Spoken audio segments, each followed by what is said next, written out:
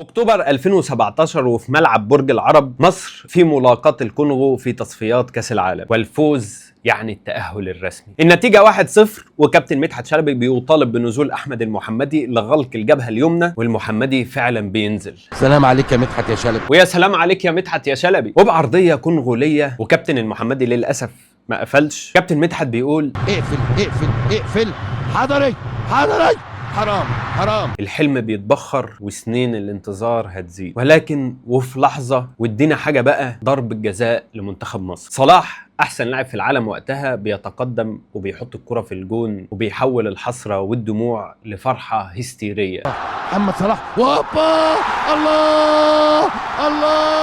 الله يا بلادنا الله. مصر اخيرا في كاس العالم بعد 28 سنة وبعد محاولات كتير جدا فشل. ولكن السؤال هنا، ازاي منتخب بحجم منتخب مصر يبقى الوصول لكاس العالم بس هو ده الانجاز؟ الطموح ازاي يقل ويوصل للدرجة دي؟ مصر اللي الكرة بدأت فيها في 1882، مصر اللي حققت لقب افريقيا 7 مرات، مصر اول منتخب عربي وافريقي يشارك في كاس العالم. الاجابة مش بس رياضية، الموضوع ليه ابعاد كتير قوي، وده اللي هنتكلم عليه النهارده. في البداية بس حابب اعتذر لكم جدا، الفيديو هيبقى طويل شوية، ولكن ده لان بجد كل المعلومات اللي في الفيديو حلوة جدا وهتعجبكم. فعندك في التايم لاين تحت هيبقى موجود اسامي الفقرات، شوف الفقرة اللي انت عايزها، ولو عايز تخش على كاس العالم على طول خش براحتك يعني. قبل ما نروح لكاس العالم وتاريخ مصر في كاس العالم، عايزك ترجع معايا لورا، لا ورا شوية كمان، من بداية الحدوتة. اتكلمنا كتير جدا وفي فيديوهات سابقة ان انجلترا هي مهد كرة القدم وهم المخترعين للعبة، ولكن لو قلت لك ان الكلام ده مش صحيح 100%، وان المخترعين الفعليين لكرة القدم هم المصريين القدماء، ايوه زي ما بقول لك كده، ما تستغربش. الانجليز اخذوا اللعبه من الرومان، والرومان اخذوا اللعبه من المصريين القدماء، وهي جمعيه ودايره. طب انا بقول الكلام ده جدعانه مني يعني. في مقابر بني حسن في المنيا في رسومات عمرها 4000 سنه على الحيطان، ولو شايف ان الرقم ده كبير وانه يا قديمه قوي، فعايز اقول لك ان اصلا في نظريه او سرديه كبيره جدا ان التاريخ اللي احنا عارفينه ده مش التاريخ الحقيقي، وان المصريين القدماء كانوا اقدم من كده بكتير. ولو حابب تتعمق اكتر في الموضوع، في بلاي ليست حلوه جدا ومهمه جدا لواحد اسمه احمد عدلي، شوفها لو انت يعني من المهتمين في الموضوع المصريين القدماء وكده. على الجدران دي بقى يا سيدي، وزي ما واضح قدامك على الشاشه، بنات بتلعب بالكوره، ويقال يعني ان الرسومات دي من الاسره ال11، فيعني اكيد قبل الرومان وقبل الانجليز وقبل الناس دي كلها. ومش بس كده، ده كمان في المتحف البريطاني في كرات مصريه قديمه مصنوعه من الكتان والجلد، والكور دي كانت موجوده في المقابر مع الموتى. المؤرخ الاغريقي هيرودوت لما زار مصر في سنه 460 قبل الميلاد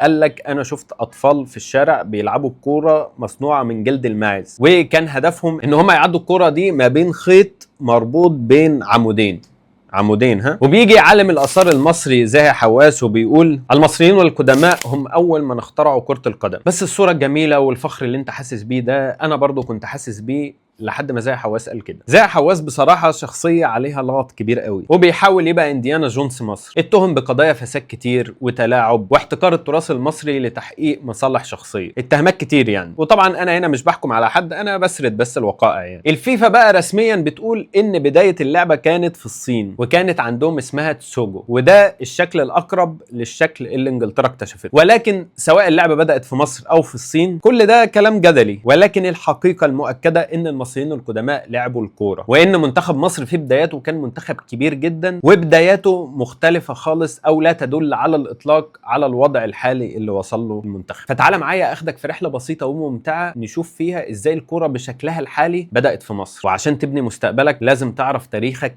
كويس. مصر حالها حال كثير من الدول وقتها كانت تحت الاحتلال الانجليزي، وانجلترا هم اللي اخترعوا الكوره بشكلها الحديث زي ما بيحاولوا يقنعونا يعني. فالانجليز كان عندهم سلاح ناعم وهو الرياضه، وكانوا بيستخدموه في كثير من مستعمراتهم وقتها. بيحاولوا من خلال الرياضه ان هم يخلقوا طبقه محليه من الشعب تحبهم، وقدروا يعملوا كده فعلا في الهند، وعلموهم الكريكت والتنس والعاب النخبه البريطانيه، واخدوا منهم التوابل. ولكن الوضع كان مختلف في مصر، مش عشان ما عندناش توابل، لا، لان الانجليز كان كل تفكيرهم ان احنا كده مش مطولين يعني في مصر، احنا يعني جايين نقضي مصلحه، وقال يعني هندعم الملك وكده وناخد ثوراتهم وخيراتهم ونمشي يعني، مش عادي. ولكن عشان ما يقعدوش زهقانين في مصر بيأسسوا نادي الجزيره سنه 1882، وده بيكون نادي خاص بيهم هم بس وبعض من النخبه، وبيعملوا ملاعب بقى من الرياضات اللي هم بيحبوها، التنس والكريكت والكروكيه والجولف. يا عم خلي الكريكت ايه وجولف ايه فين الكوره في انجلترا؟ وبعد فصل الكوره عن الرجبي بتبقى هي رياضه النخبه، وكره القدم بتبقى رياضه الفقراء والعمال والناس اللي مش لاقيه تاكل. فالعمال بتوع السكه الحديد والبنوك وحتى العساكر اللي في الجيش كله جاب عدته وهو جاي مصر وجاب معاه الكوره. فالانجليز كانوا بيقعدوا يلعبوا كوره في الشارع، فالمصريين قال لك ولا ايه اللعبه دي، ده شكلها لعبه حلوه قوي، فشدتهم جدا وشافوا فيها حاجه اكتر من مجرد لعبه. ولكن المشكله الاكبر اللي كانت بتقابلهم هي ان اللعبه صعبه على المصريين الغلابه، لان الكوره نفسها غاليه والجزم اللي بيتلعب بيها كمان غاليه. طب ايه، هنسيب الكوره؟ المصريين وكالعاده بيخترعوا الكوره الخاصه بيهم وهي الكوره الشراب، وبيستخدموها كسلاح لمقاومه الاستعمار. الانجليز وكعقابا لاحمد عرابي على الثوره العرابيه بيلغوا الدستور وبيسرحوا الجيش. المدى التاريخي انا مش عارفه بصراحه، بس ده ترتب عليه ده يعني.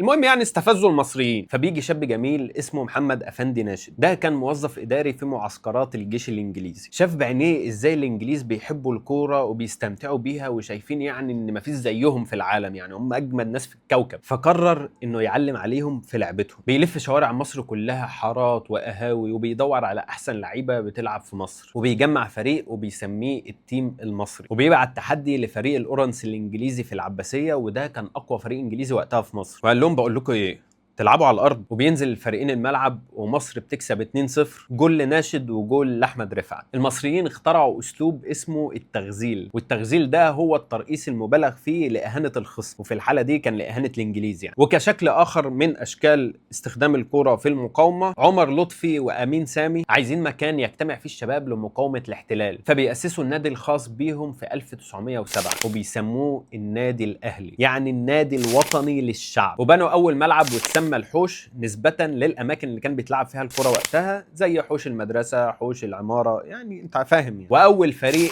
رسمي اتأسس في النادي الأهلي كان في 1911 وبيلبس اللبس الأحمر، وده تيمنا بالعلم المصري قبل الاحتلال. وبيبقى النادي الأهلي هو نادي الشعب والمقاومة. في 1911 بيتأسس نادي الزمالك تحت اسم قصر النيل، وتأسس على إيد البلجيكي جورج ميرزباخ، ونائب الرئيس كان هوارد كارتر. طب مين هوارد كارتر؟ هوارد كارتر ده اللي اكتشف مقبرة توت عنخ آمون. طب جورج أسس نادي الزمالك ليه؟ والله ما فيش، الراجل كان نازل أخد المدام والأولاد عندهم تمرين سباحة في نادي الجزيرة، فبيدخل كده لسه داخل النادي بيبص بيلاقي الإنجليز معلقين يافطة مسموح بدخول الحيوانات والإنجليز فقط. لا بصراحة ما كانتش اليافطة كده، بس كان مكتوب فيها ممنوع الدخول لغير الإنجليز، بس هي يعني. فبيقول لهم طيب، وقام عامل نادي يعني. بيتغير اسم النادي من قصر النيل للمختلط، وده لأنه جمع جميع الجنسيات في مصر وقتها. ومن هنا بدأت العداوة الشديدة بين الناديين، مش رياضيا بس، دي منافسه على الهويه والوطنيه. واللي زاد الصراع ده لاحقا هو تسميه نادي الزمالك بنادي فاروق، فاصبح نادي الشعب ضد نادي الملك. وللمعلومه بس، وهي ان كل الناس فاكره ان اقدم نادي كره قدم اتاسس في مصر هو نادي السكه الحديد، لا، اقدم نادي اتاسس في مصر هو نادي بورفؤاد سنه 1902. طبعا بعيدا عن نادي سبورتنج ونادي الجزيره، دول ما كانش فيهم رياضه كره القدم. 1921 بيتاسس الاتحاد المصري لكره القدم كاول اتحاد افريقي بعد رفض الجانب المصري لوصايه الاتحاد المختلط للاجانب. المصريين بيقرروا يعملوا الاتحاد ده يبقى خاص بيهم كنوع من انواع السياده، وكنوع برضه من انواع رفض الاحتلال. وفي 1923 بينضم الاتحاد المصري رسميا للفيفا. قبل ما نروح لكاس العالم، ما ينفعش تبقى مصري محب لكرة القدم وما تعرفش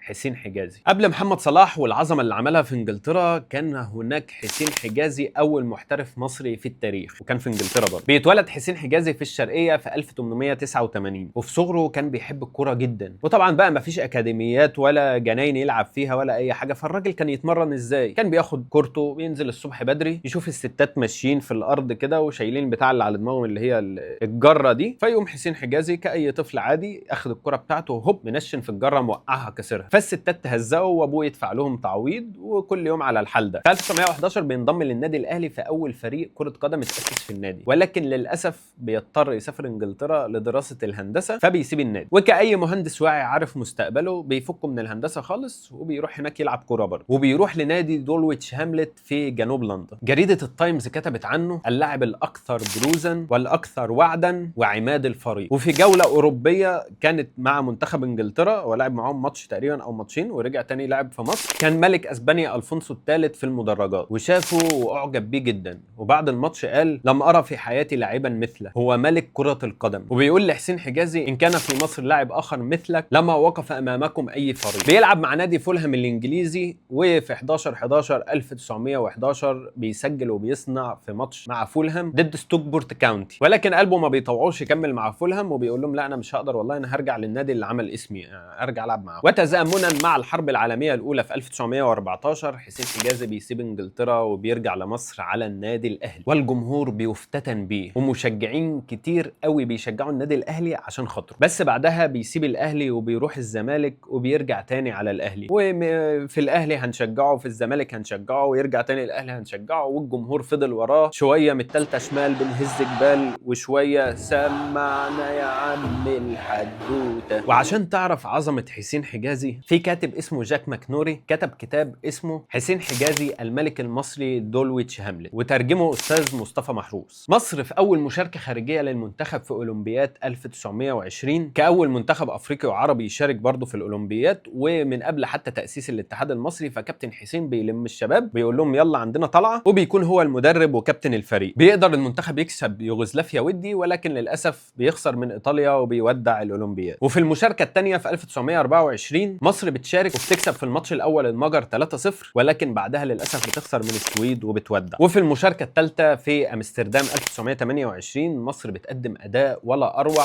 بتقدر تكسب تركيا في الماتش الاول 7 وتالق ملفت لمختار التتش اللي بيسجل هاتريك. وفي ربع النهائي بتقدر مصر تكسب البرتغال 2-1 بهدف لمختار التتش وهدف لعلي رياض عشان مصر توصل لنص نهائي الاولمبياد وتقابل الارجنتين. ولكن للاسف الارجنتين بتقسو على مصر وبتكسب 6-0، ومصر بتحقق المركز الرابع في الاولمبياد. ومع بدايات كاس العالم اللي كنا اتكلمنا عليها في حلقه قبل كده، هسيب لك اللينك بتاعها في الديسكريبشن وتقدر برضو تشوفها من هنا او من هنا، انا مش عارف دايما بتلخبط فيها يعني. البطوله كانت في الاوروجواي سنه 1930 وكبطوله ناشئه لسه جديده، وكان الاتحاد اصلا الدولي مكون من 7 دول بس. مصر باعتبارها قوه كبيره في عالم رياضه كره القدم بيتبعت لها دعوه للمشاركه في كاس العالم، لان ما كانش في تصفيات بقى ولا الكلام ده. فمصر قالت لا سوري مش هقدر، المشوار بعيد عليا. بس في روايه تانية بتقول ان مصر وافقت وكانت فعلا مسافره، ولكن يعني السفينه فاتته، ما فرقتش كتير يعني. في كاس عالم 1934 وفي المشاركه الاولى لمنتخب مصر بعد اقصاء المنتخب الفلسطيني في التصفيات 11-2 بتسافر مصر لايطاليا على متن باخره اسمها حلوان في رحله بحريه مدتها 4 ايام وبتكلفه عاليه جدا 900 جنيه استرليني، مبلغ ضخم طبعا، ولكن كان معانا فلوس يعني فنبعزق براحتنا. طبعا احنا في 34 كنا تحت الاحتلال البريطاني، وايطاليا بيحكمها مين؟ ايوه هو موسوليني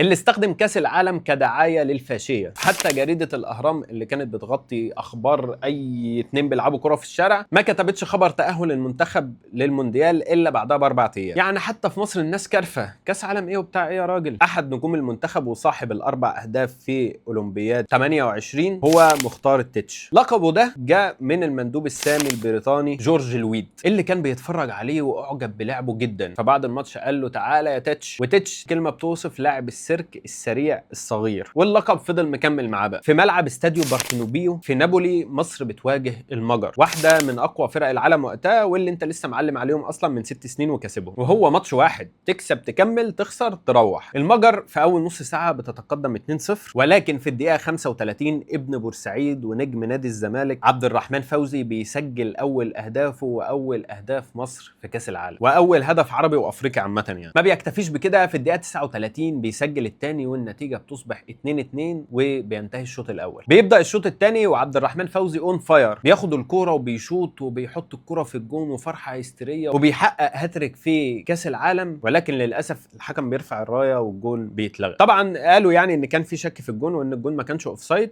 ولكن طبعا ما كانش فيه فار ايه، ما كانش في تلفزيون اصلا. وبعدها المجر بتجيب الثالث والرابع والمنتخب بيركب حلوان وبيروح. بعد كاس العالم ده فضلنا 56 سنه كامله ما بنلعبش كاس العالم، ومش قله امكانيات ولا اي حاجه، لا تناكر. هقول لك وانت احكم بنفسك. تصفيات كاس العالم 1938 ماتش قدام رومانيا وهو ماتش واحد تكسبه تتاهل، خلاص يا باشا ما فيش بقى تصفيات معقده ولا الكلام ده هو ماتش. بس الماتش كان في نهار رمضان، فالمسؤولين قالوا لك لا يا باشا معلش ده شهر عباده واحنا مش هنقدر نلعب واحنا صايمين، ف سوري معلش اجلوا الماتش. الماتش، فالفيفا بترفض التاجيل. وقبل ما تشتم الفيفا وتقول بقى هم بيضطهدونا ونظريه المؤامره وكده، فشوف مصر عملت ايه الاول. في نفس الميعاد اللي رفضوا يلعبوا فيه ماتش رومانيا، الفيفا بيكتشف ان مصر نظمت ماتش ودي وبتلعب عادي، فقال لهم والله طب اطلع بره بقى. سنه 50 والبعد المسافه والوضع السياسي في مصر بترفض اصلا المشاركه في التصفيات. سنه 58 بننسحب لاننا كنا هنواجه اللي ما يتسموش. سنه 62 مصر في مواجهه السودان واللي يكسب يتاهل برضه، ولكن قالوا لك سوري فيفا بليز اجلوا لنا الماتش، الجو وحش قوي. ده بجد هم اعترضوا ان الجو هيبقى وحش وقت الماتش، فالفيفا بتقول لهم طيب تمام يلا انتوا الاثنين اتكلوا على الله بقى. سنه 66 مصر بتنسحب من التصفيات برضه، وهناك سببين. اولا اعتراضا على تنظيم البطوله في انجلترا واللي كانت محتليه اغلب الدول يعني ومنهم مصر، والسبب الثاني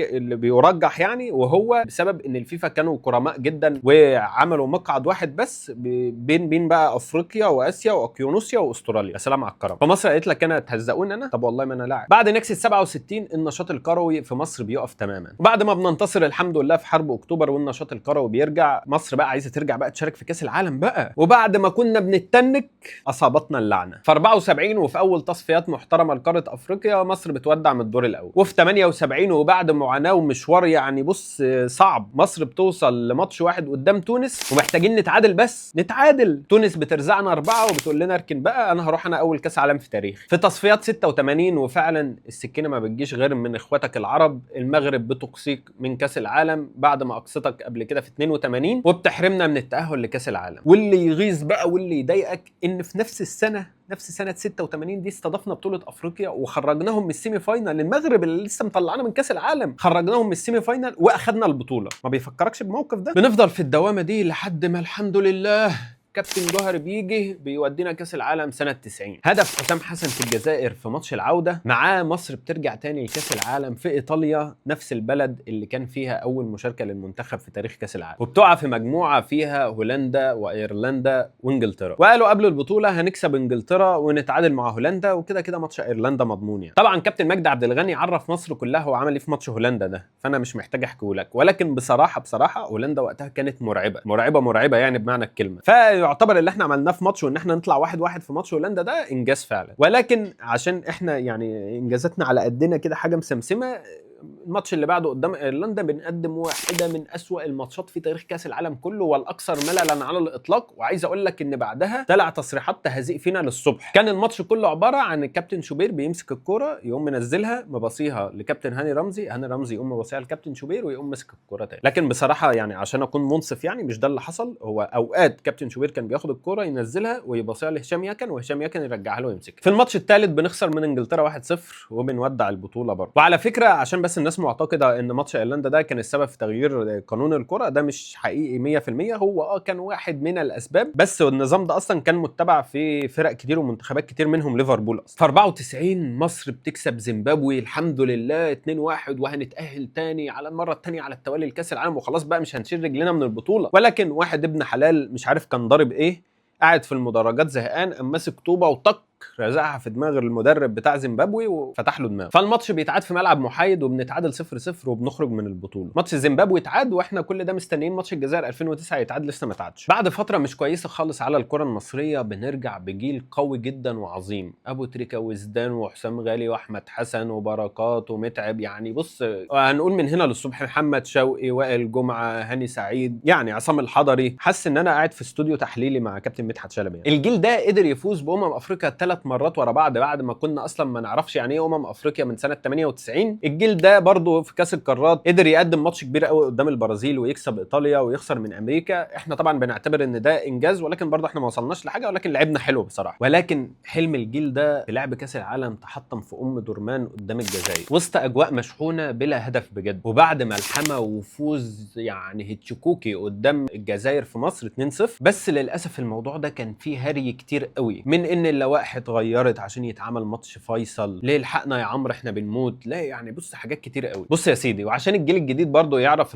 الوضع كان ان مصر خسرت من الجزائر 3-1 ودي كانت ماتشات مجموعات عادي يعني، كان معانا فرقتين تانيين في المجموعه. فاول ماتش احنا خسرناه من الجزائر 3-1 ووصلنا لنهايه التصفيات ان فرق بيننا وبين الجزائر الاول 3 نقط، والماتش الاخير بين مصر والجزائر، فاحنا محتاجين نكسب الجزائر عشان نبقى متعادلين معاهم في عدد النقط. يجي هنا الفيصل لايه؟ فرق الاهداف كان للجزائر والله لو قدرنا نكسب الجزائر 2-0 ففرق الاهداف هيبقى متساوي، مفيش فرق اهداف. قدرنا نكسب 3-0 هنتاهل مباشره في ماتش مصر ده. اقل بقى من 2-0 زي ما كنا كسبانين 1-0 احنا بره، فاحنا بنحقق الفوز 2-0، فبالتالي اصبحنا متساويين مع الجزائر في كل حاجه. فاللوائح بتقول ان في حاله التساوي في كل حاجه هيتلعب ماتش فيصل، ولكن الاعلام المصري بقى كان عايز وقت التعادل ده يعتبروا الماتشين زي اكنه ماتش ذهاب وعوده، والجون بره الارض في حاله التعادل ب2، فبالتالي احنا خسرنا 3-1 وجايبين جون هناك، وهم خسروا في مصر 2-0، ف3-3 الجون عندنا ب2 فاحنا اللي نتاهل. وده طبعا كلام مش مظبوط يعني. واصلا بقى كابتن بركات كان ممكن يريحنا من كل ده ويحط الجون الثالث وبص وكانت هتبقى فل. وانا فاكر وقتها بعد موضوع التصفيات ده كان عندنا بطوله افريقيا 2010 وكسبناها، الناس قعدت تقول لك لا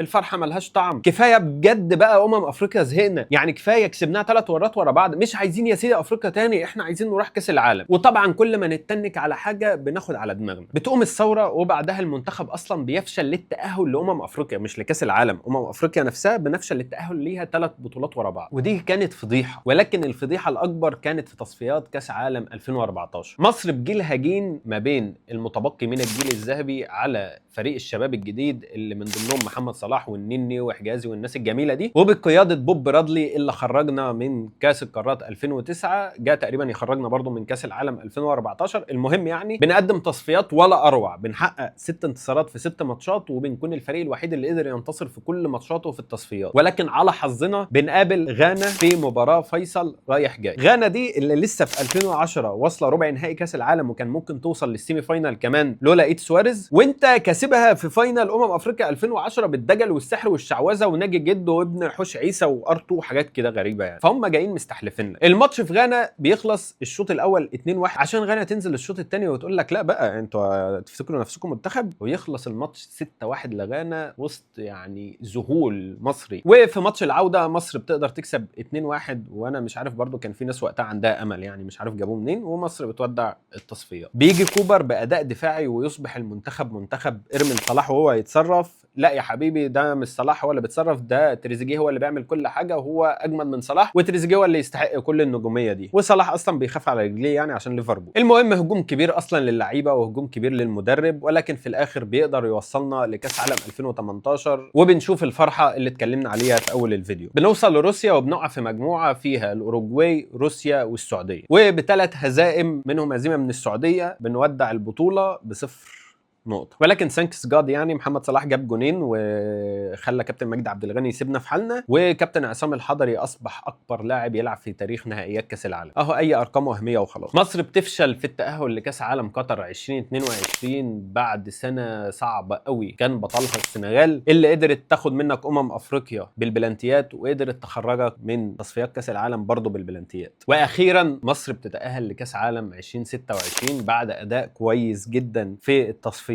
وبقياده كابتن حسام حسن صاحب هدف التاهل لكاس عالم 90، وبتقع في مجموعه فيها بلجيكا وايران ونيوزيلندا في اكتوبر 2017. وبجول صلاح الشوارع انفجرت، مش عشان مصر كسبت حاجه ولكن لمجرد الوصول لكاس العالم. وده السؤال اللي بدانا بيه حلقتنا، ليه اول منتخب عربي وافريقي في تاريخ كاس العالم يبقى حلمه وهدفه بس الوصول لكاس العالم؟ والاجابه مش في الملعب، الاجابه في كل حاجه حصلت بره الملعب. مشكله المنتخب المصري دايما ان كل واحد بيبقى عايز يبني من الاول ويهد كل اللي اتعمل قبليه، مفيش اساس ومفيش سيستم متبع ولا في تخطيط بعيد المدى، كله بيبص تحت رجليه وكله عايز يحقق نجاح في الوقت اللي هو فيه على الكرسي. وده اللي وصلنا لكده. اكاديميات الناشئين اللي هيدفع فلوس اكتر هو اللي هيلعب، والفقراء مالهمش مكان عندنا. بلد مليانه مواهب بس كلها مدفونه ومش لاقيه اللي يطلعها، وانديه كل هدفها الفلوس مش اللعيب الكويس. المغرب بنت اكاديميه محمد السادس ب 15 مليون دولار وطلع منها نجوم قدروا يوصلوها لرابع العالم، غير الاكاديميات اللي ماليه الدول الافريقيه وبتصدر نجوم كتير جدا لاوروبا. التخطيط ده وصل منتخبات ما كانتش تعرف يعني ايه كوره في الوقت اللي انت فيه في كاس العالم لمنتخبات انت حتى مش قادر تقف قصادها في الملعب تلعبها. ودلوقتي في 2026 مصر في كاس العالم تاني، والسؤال مش هيكسبوا ولا لا، السؤال هو ايه اللي مصر عايزه تقدمه، وهنفضل لحد امتى